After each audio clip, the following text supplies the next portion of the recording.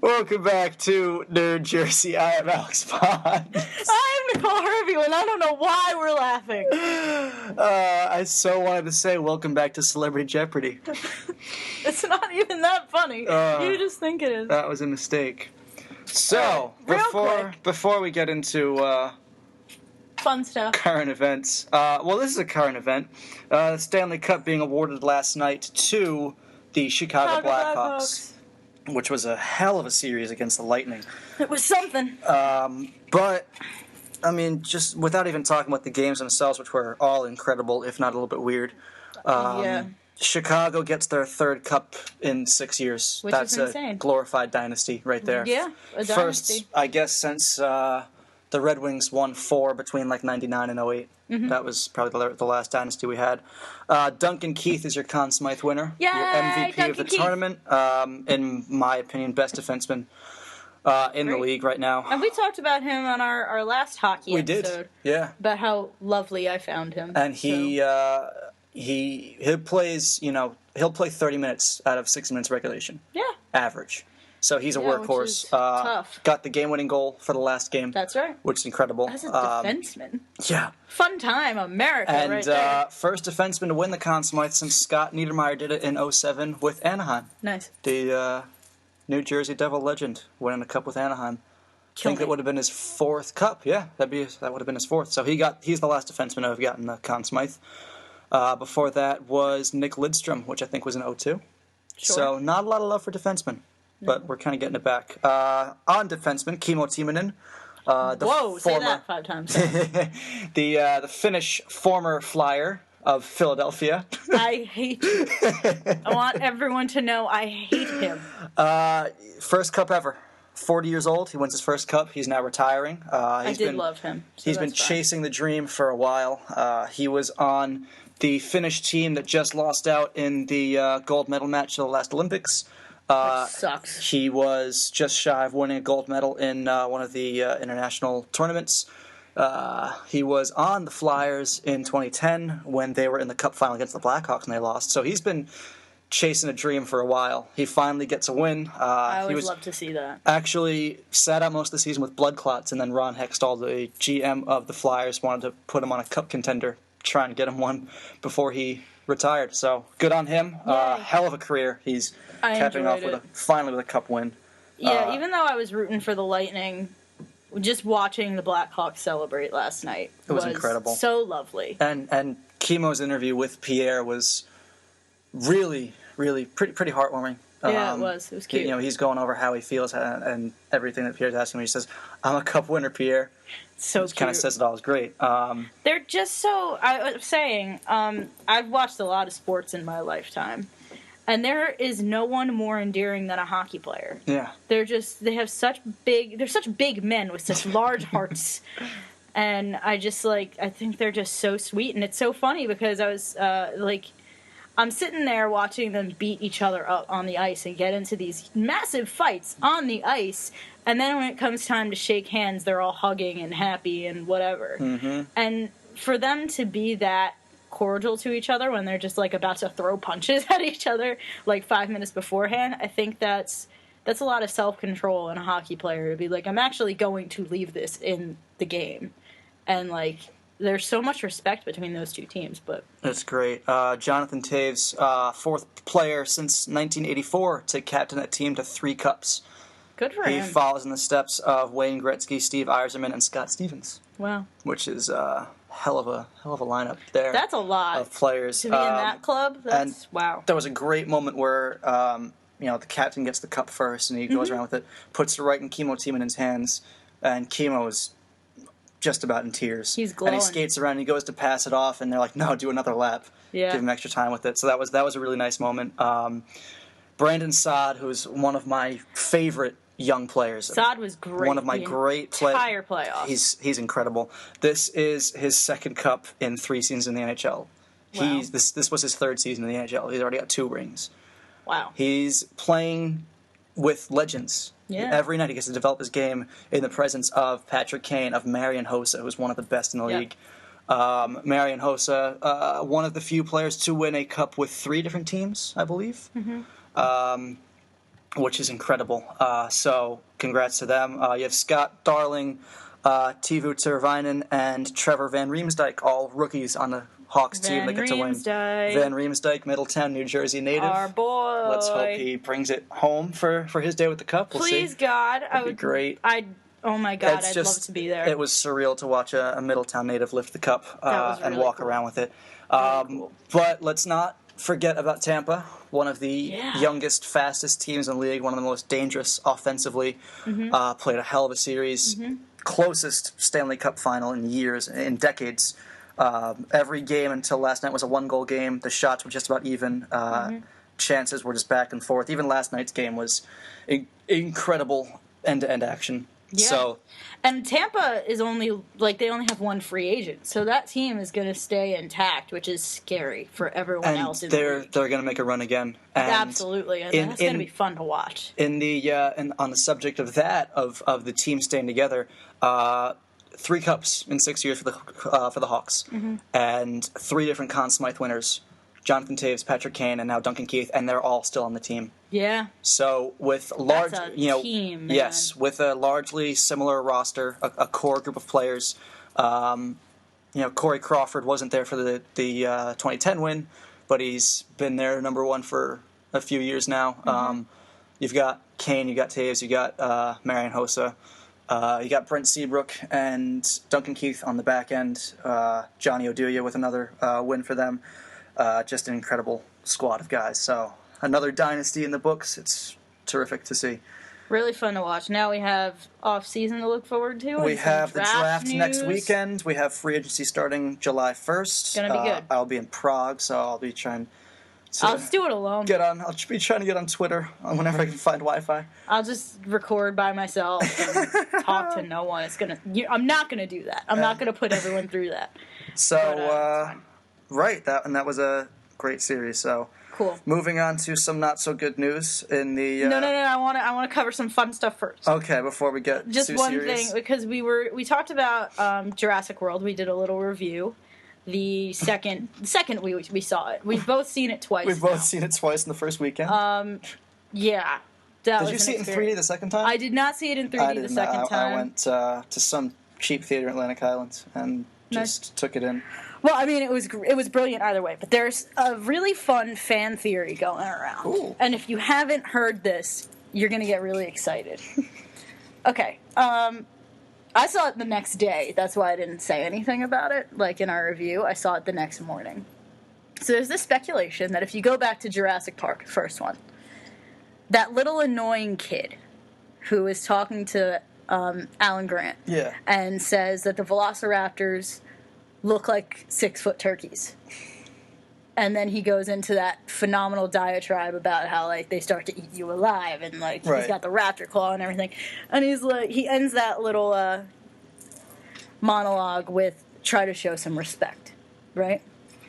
So exactly 20 years later, Owen says that his relationship with the velociraptors is based on mutual respect. So a lot of people are now saying that little kid is Owen. Now, I love that. And the actor, there's only a 1-year difference between the actor who played the little kid and Chris Pratt. And a different name. Well, and the character.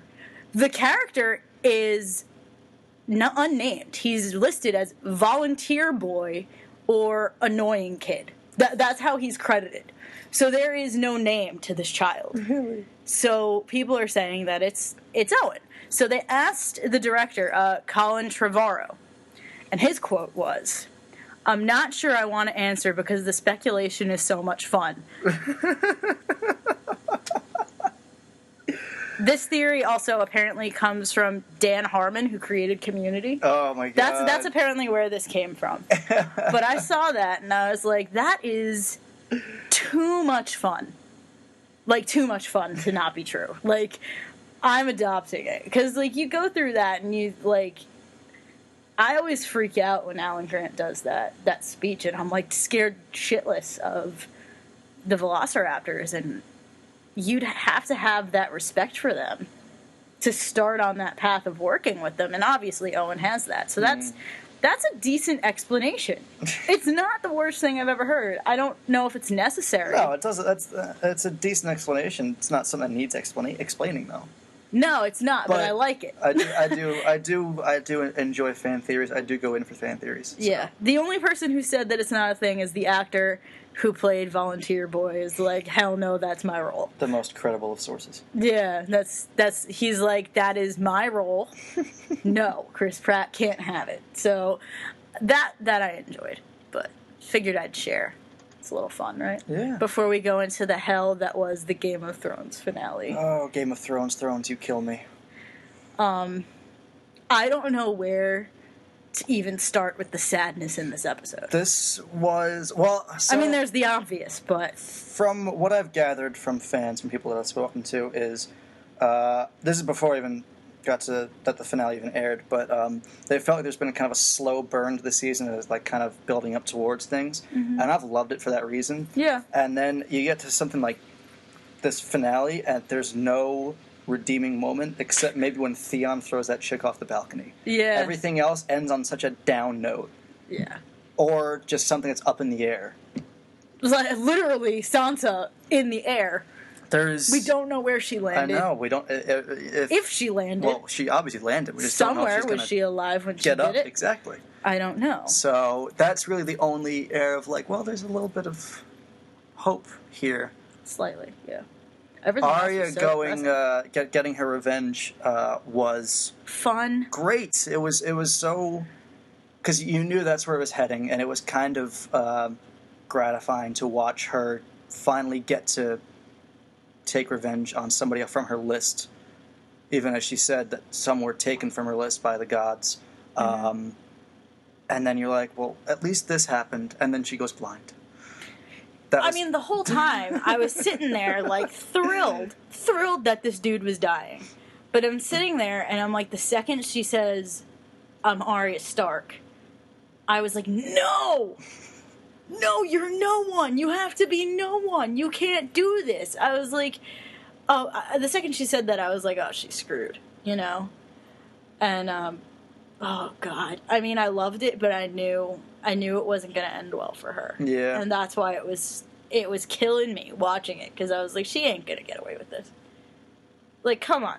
Like, she's supposed to be in a cult. The cult's not going to let you just go kill someone that you want to kill. Well, they told her to kill somebody else. Exactly. I did like Jaqen's quote to her a few episodes ago where he said, a girl is not ready to become no one, but a girl is ready to become someone else. So it's like, oh, well, she will still serve a purpose, and then she fucked it up. Yeah, she completely screwed it up. But you know, that's part of the track. We'll see where that goes. Yeah, I have no idea where that's going to go, but that's interesting. Dany, let's talk about Dany real quick. Where the hell, like, are those people Dothraki? That's what I thought. The first guy that showed up, he looked like a Dothraki soldier. Yeah, they look like Dothraki, but I'm not completely sure. Then there were some others that showed up with scythes, and that was a little strange. But, like, the scene where she's talking to Drogon, I'm like, it's a dragon, honey. It's not going to just start talking to you. Like, this might be great, and, like, Game of Thrones and whatever. But if it did, it would have the voice of Sean Connery, right? Right? It would. Can you imagine? What was that, Dragonheart? Was that the movie? I think. Where Sean Connery voices a dragon? I don't know. I kind of wanted it to be Falcor from Neverending Story. Just, like, start talking like a dog dragon thing. Whatever.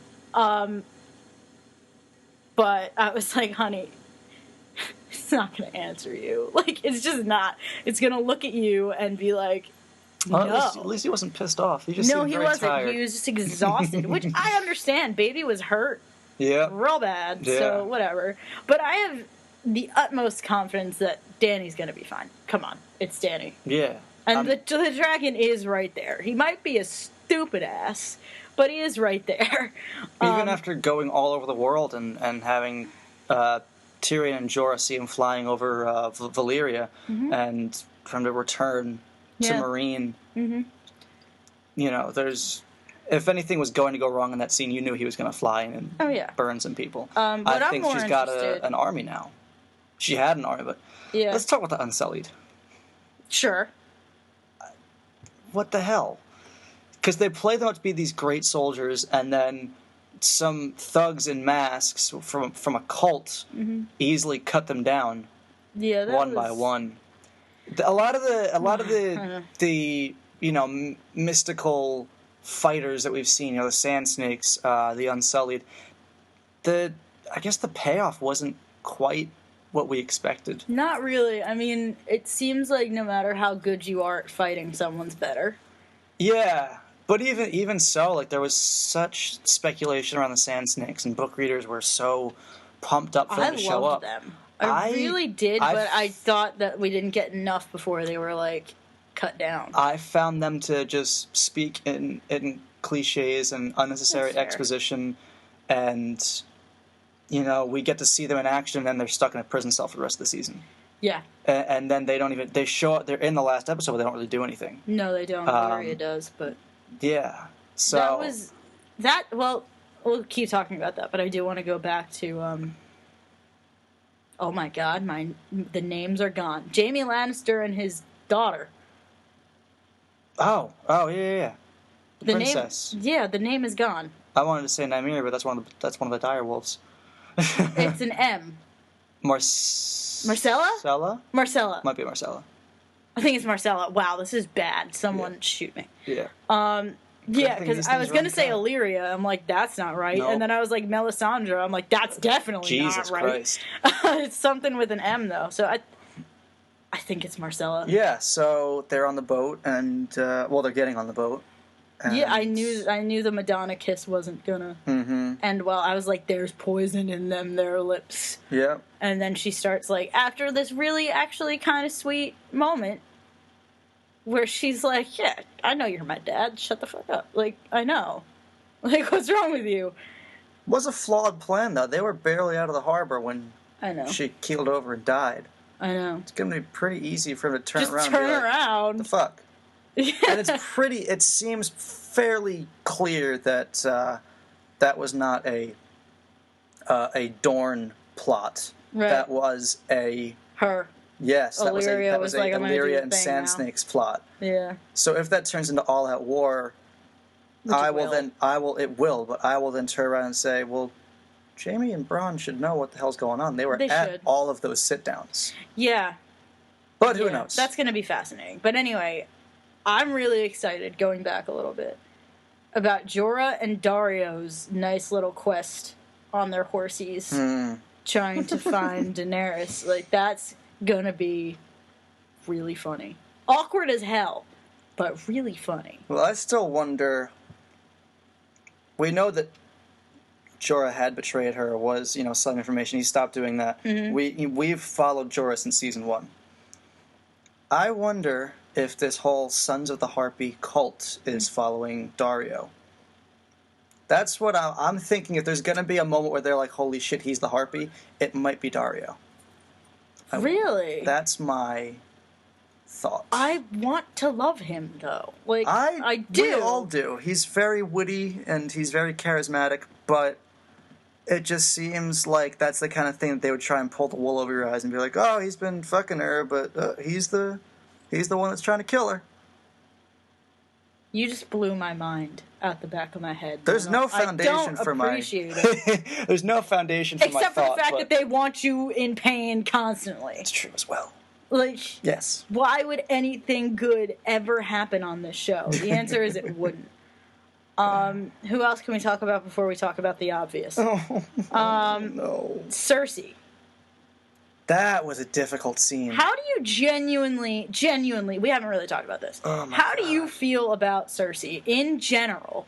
Like, for real? In general, I've felt like she's bound for failure. Mm-hmm. I've felt like she is so caught up in her own head and her own selfish motives that she was bound to have a downfall. And I liked her as a character. Yeah. But as a person, I'm like, you are the fucking worst. Yeah. It's that kind of thing. I can appreciate a good villain, and I felt like she's been kind of this overarching antagonist of self-aggrandization and someone that's using her status for herself. Here's the deal. I always hated her. Yeah. Like, in the beginning, I was like, this bitch. But then I try to catch myself and think, why do I dislike this character? Because there's so many characters, especially female characters, who you're made to hate just because they don't do what you think they should do. You know what I mean? Like, you call a woman a bitch because she's powerful. You know what I mean? Those little biases. Oh, yeah. You know what I mean? So I wanted to analyze, like, why do I hate Cersei? She is quite manipulative. She is manipulative, and there's reasons for that. She is a lioness. Like, if you just take it down to her core, she wants power. Which is whatever. She does care about her kids more than anything on the planet. That's why I have a problem. That's quality. The only thing she cares about. Yeah, it's not I'm going to help my son be a great ruler because all these people need a ruler to stand behind. It's like, oh, this is my kid and we have power, and she doesn't give a shit about anybody else. That's fair. And she doesn't trust anybody that tries to come into the family. Not that she should. There's obviously lots of power grabs going on, and the reason that the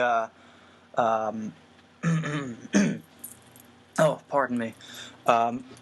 Yeah, steal my water. That's thanks. Fine. I need it. But the reason that the marriage to Tommen occurs is because it's a politically savvy move. Right, there's a reason for her to still not about it. Exactly, and there's a reason for her not to be. Right. But still, just the way that I don't know. She rubs me the wrong way most of the time. Most of the time, but I will never say I hate her. She's such a bitch. That's why I don't say, because I do like her as a character. She's a great character. She's an interesting character to watch. She has grounds for the way she acts. She sees herself and everyone else. She doesn't trust anyone because she's not trustworthy, and that's fair. However, I've never felt for her. Nope. Except, I loved when Joffrey when he died. Like, I was like, this is the best day ever. This is the best thing. However, I did feel slightly sorry for her. Like, I was like, ooh, that's not the best way to watch your kid die, is it? But As if there is a best way to watch your kid die. I know, but, like, that's really, really, oh my god. That was up there with Red Wedding in terms of watching the kid die. that was a lot. But at least Catelyn died right after that. But we're going to talk about that. Yeah, I don't know. I've never felt so much for Cersei in my life as watching her walk naked. It was incredibly difficult to watch. Walk of shame. Yeah. And my mom, I was watching it with my mom. No shame. I have none. Like, that's what I do. I watch TV with my mom. Yay. And she actually has more intelligent things to say about the show sometimes than I do. She's reading the books. I'm not. It's fine. Anyway, she looks at me and she goes, this is taking too long. Like, this is taking way too long, this scene. And I was like, Mom, because, like, they want you to be really, really, really uncomfortable. Yeah. And it was really uncomfortable, but on top of that, watching her start out the walk straight-faced, like, composed, unfazed by it, and then as she breaks down gradually, little by little, you felt it with her. You know, it was just a very well done scene. It was. By all accounts. It was a body double. Except for the close-ups. That was obviously the actress. But it was her body double walking. But I was thinking the whole time, like, oh my god, as an actress, what balls that takes. Like, not to be contradictory or like whatever. But it takes a lot of balls to do that scene. Whether you're an actress or a body double, that takes a lot. Well, even just to take on the act of portraying it and filming it as well as they did. Yeah. You know, to have it follow the entire walk. Yeah, that was It wasn't just like she started the walk and then you see a few bad things happen and then she shows up at the Red Keep. Yeah, no. They followed her the whole time. Her feet start to get bloody. Which I thought that was very real. Like, you don't see that a lot. Yeah, she starts breaking down, and there's it was really brutal to watch. But to have that then punctuated with, oh, hey, it's the mountain, he's resurrected. Yeah. That was, ooh. That was cool. There's a lot of, and I like how that carried into this theme of, that we may get into, And pardon me while I segue into the next scene of Resurrection. Yes. Because we're gonna have this as a topic again. We get to the wall, and I started crying before in Surf Taco just because you mentioned this. John and Davos are having their talk about what Stannis' army needs, and the Red Lady shows up. Melisandre arrives on the horse. She looked... That was the first time in the series, another moment of redemption. I felt like she's lost everything. She has. Like, she went wrong. Half the army deserted Stannis, and she thought, oh my god, I've gotten it wrong.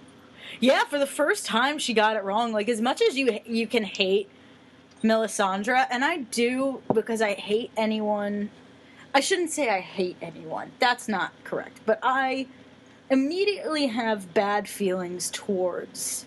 anyone who's that righteous about anything. If you're that, like, oh my god, like, God is the only answer to anything ever. And also how blah, blah, blah, blah, and I'm like, and anyone who doesn't believe is, like, a heathen. Exactly. I'm like, chill for 2 seconds, you know? And she could only see things in regards to that. She had no remorse about who had to die for the Lord of Light. Right. And I immediately just have ill feelings towards that, so I, again, had to back up a little bit and think about why I feel the way I do about Melisandre, but there's nothing redeeming about this chick, like, at all to me, except for that moment where she's just, like, human for, like, 2 seconds. She's actually a human being, and you're like, oh my god, yes. Correct me if I'm wrong. Before she left Stannis, before Stannis found out that, A, his wife had hung herself, and B, that half his army had deserted. She's told him that she has seen in the flames the Bolton banner on fire. Right. And then half the army deserts, and she's like, oh shit, I got it wrong, and she bails. Right. Now, obviously, Stannis' siege did not go well. No. Not to I'm say gonna that, go with no. But not to say that her vision was wrong. Because That's right. I think her showing up the wall, it's very tied into Jon Snow's fate. Okay, sorry, I know but we've got to talk about it. I know it's going to be very difficult for me. I feel like Game of Thrones needs what The Walking Dead has. They need a Talking Dead. I need Chris Hardwick to look at me and tell me it's going to be okay after, like, someone I love dies, because I feel like that's all Talking Dead is therapy. Like, it's just like, okay, guys, we're going to get through it together. And I'm like, thank you. Unfortunately, it's Game of Thrones contractually not Game of Thrones feasible. needs it. Needs it. Well, they do have it, because you get to follow it up with Silicon Valley. I'm going to... whatever. But anyway, yeah. So... and we had... And HBO totally tricked us by putting this scene... in the previously on. Yeah. About, his uncle went out. Benjen! And his uncle hasn't come back, and he's been on the hunt for him. Yeah. It's like, oh my god, is Benjen going to come back? Like, and everyone's thinking this is so clutch. Like, yes, But Benjen. we knew that, like, just looking at the scenes since the wildlings went through the wall. Yes. Got to pass through. Anytime that Ollie looked at Jon, you could see that there was... he's such a jerk. He's such an angry... I mean, you can't blame the kid. You can't blame the kid for being angry. He's a little kid. He's not worldly at all. He's from a little tiny baby village. He's very easily influenced, you know? He's the equivalent of the farm kid, you know? Whatever. So he's not worldly in any way. He doesn't understand why Jon Snow wants to protect the wildlings. Doesn't get it. Okay, so we have an easily influenced kid whose entire family died because of wildlings. This is probably his only experience with wildlings. Then you got your dude, your boss, being like, they're not all that bad. And it's like, how in the name of God can you say that? Like, you've never... This kid is probably thinking, you don't get it, like, whatever, about Jon Snow. Well, because he's not seeing the big picture. Also, little kid thinks he's right about everything. That's just... Little kids just think that, right? So I don't totally blame this kid. I think he's a little shit. Well, he was definitely also influenced by the dissenters within... Oh, absolutely. That's what I'm saying. Like, he's so easily influenced in that state that I don't completely blame him. I think there's room for redemption for him. You know what I mean? Like, he might be like, oh my god, what did I do? Like, blah, blah, blah, blah. But you had to know when he comes in and he's all excited and says, Benjamin's back.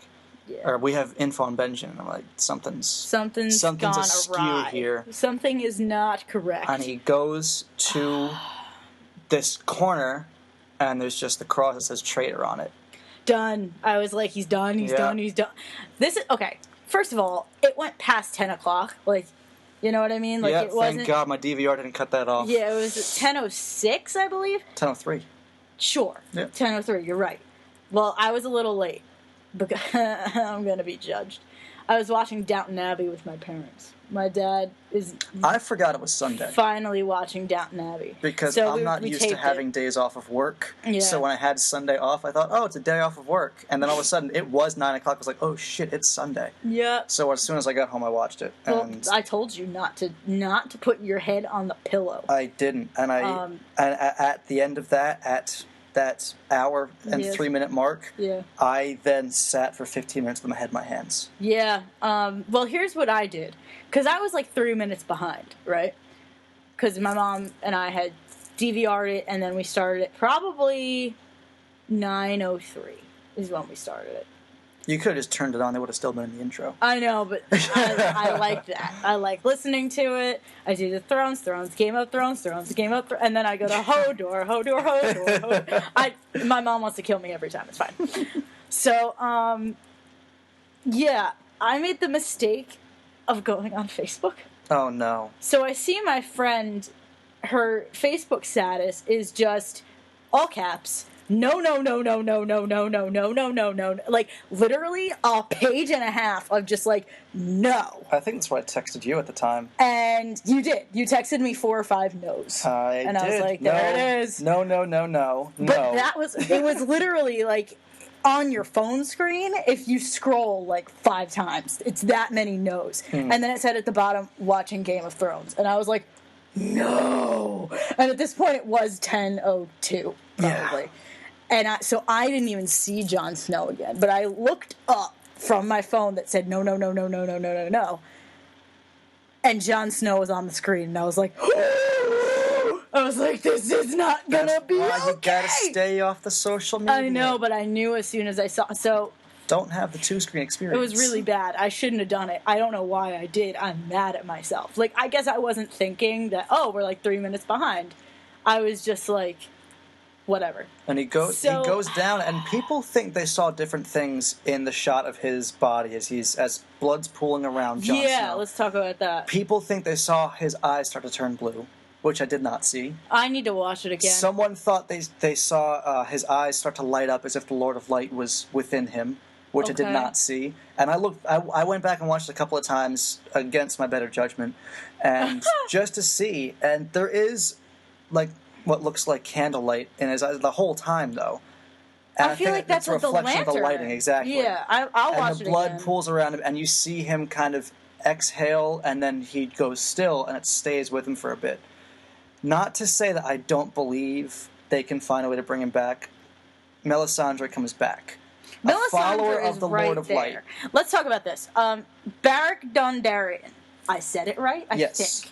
All right. So this dude, servant of the Lord of Light, correct, has the power to resurrect. We lost him. I want to say it was season 2 or 3. Season 3, when we met him and then lost him because Arya was the Hound. Yeah.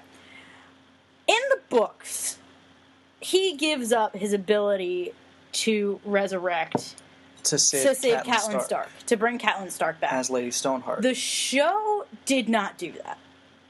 Probably because that's probably a one-off. Like, if you bring every character back, like that, you're whatever. And we already have one zombie. It's strange because she doesn't speak as Lady Stoneheart, right? Because her throat was cut open. Yeah. So the idea is Melisandre's there and has the power through the Lord of Light, which I do believe she has. I think she's proven that that's a thing. Whether the Lord of Light is actually a god or a demon or I don't know what it is, but it has power. And whatever it is. Yeah. Whatever it is, it has power. It's very real power. So, she's right there, and she's already shown interest in Jon Snow. And when she turned around and said, "You know nothing, Jon Snow," I was like, what does that mean? And it could mean she has an interest in him. Yes. I'm not saying it's like romantic or anything. That's stupid. No, I mean think she has him. stake in him. Yes. She sees him for something. I think her entire purpose for being there, like thematically and like in the story, not in her mind. Right. But the reason she is back there is to bring Jon Snow back. What Possibly that means, at the cost of her own life. Correct. So that's because Barrick Dondarrion has to die to give that power to Catelyn Stark. Right. But that might just be only one person can have the power, blah, blah, blah, blah, or there needs to be life given to give more. I don't know what the whole idea with that is. So Melisandre's there.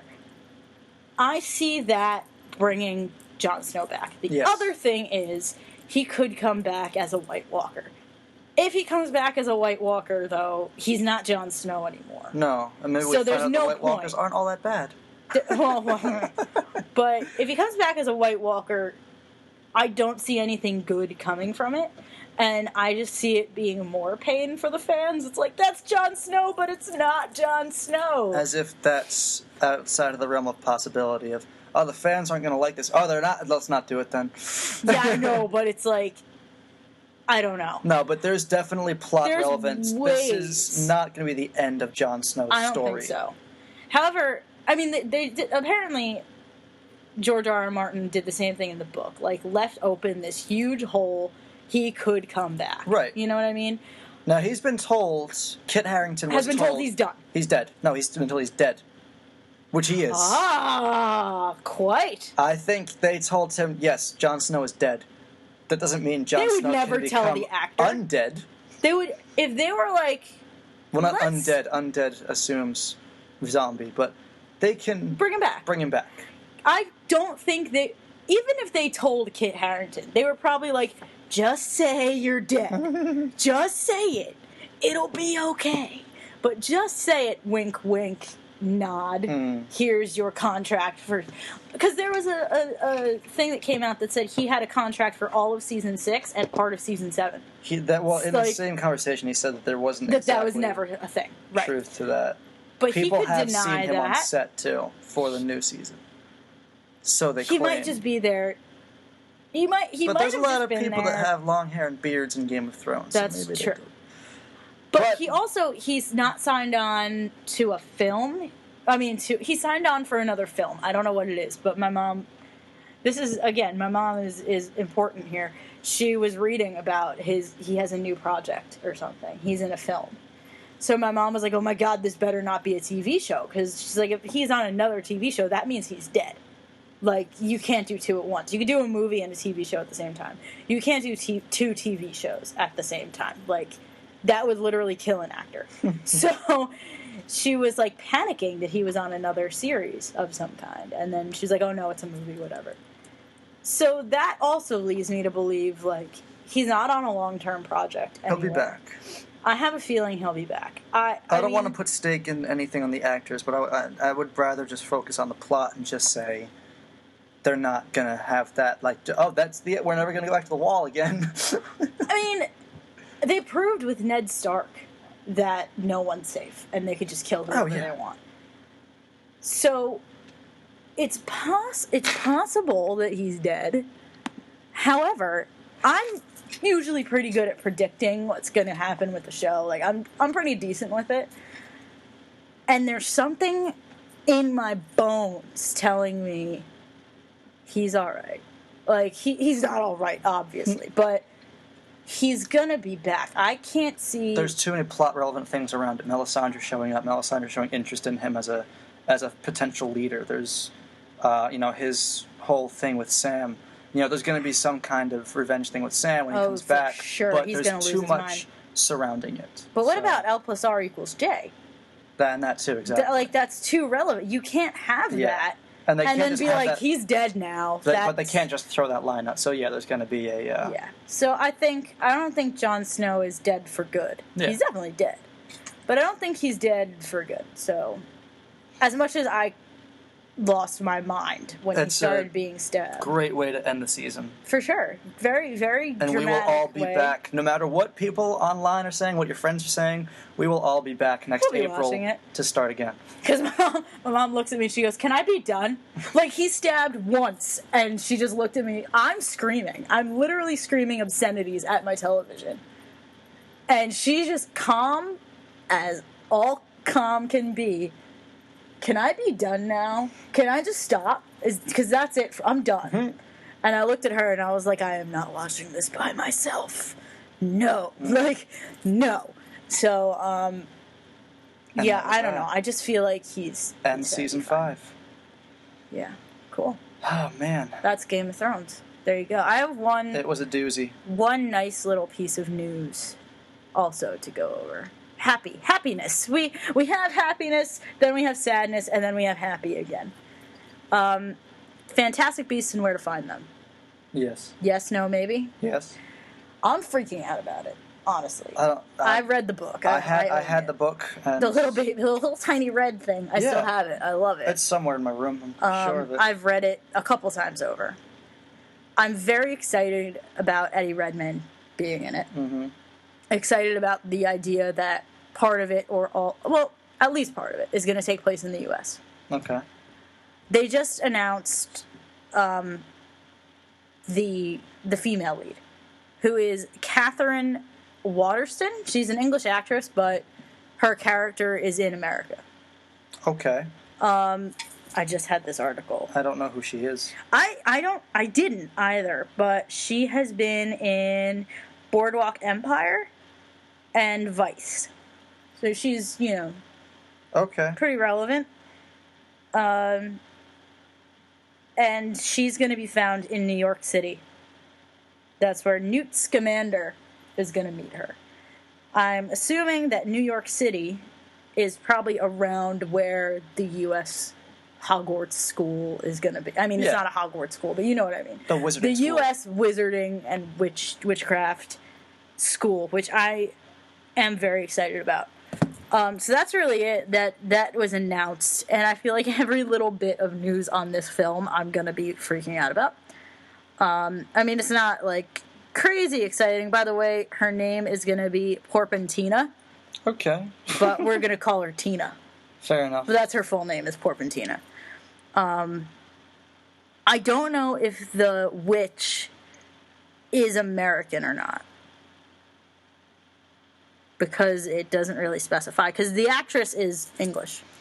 Or she's British. I don't know that she's English, but she's British. Thank you for the distinction. Yeah, I do know the difference. Believe it or not. I do know the difference. With the passport. Like, I went to England, and then I went to Scotland, so I definitely know the difference. I know the difference. So many. I was in Scotland when they were having one of their elections about, getting at, like... Oh, yeah, about independence. About independence. Have you ever seen... there's a movie on Netflix called In the Loop with the current Doctor, Peter Capaldi. I love him. He plays basically like a liaison for the Prime Minister. Yes, I did see most Malcolm of it. Tucker. Yes, and I saw it because he was cast as the Doctor. Right, and he's incredibly Scottish through the movie, or Welsh. But James Gandolfini refers to him as, "Oh, you English," and he gets face to face with him and goes, "Don't ever call me English again." Yeah, so it says she's British. I don't know that she's English, but well, actually, that's not true. I was going to say, knowing what I know about the Harry Potter actors and actresses, well, whatever, it doesn't matter. Anyway, so that's interesting. That's fun. So that's what we've got for today. I hope we're not all cried out about poor baby Jon Snow. They might be now. They had a day to recover, now they got this. So. Also, where was Ghost? These are the questions I have. Like, where was Ghost? But anyway, it doesn't matter. Well, next time we'll talk about warging and the science behind that. Let's not.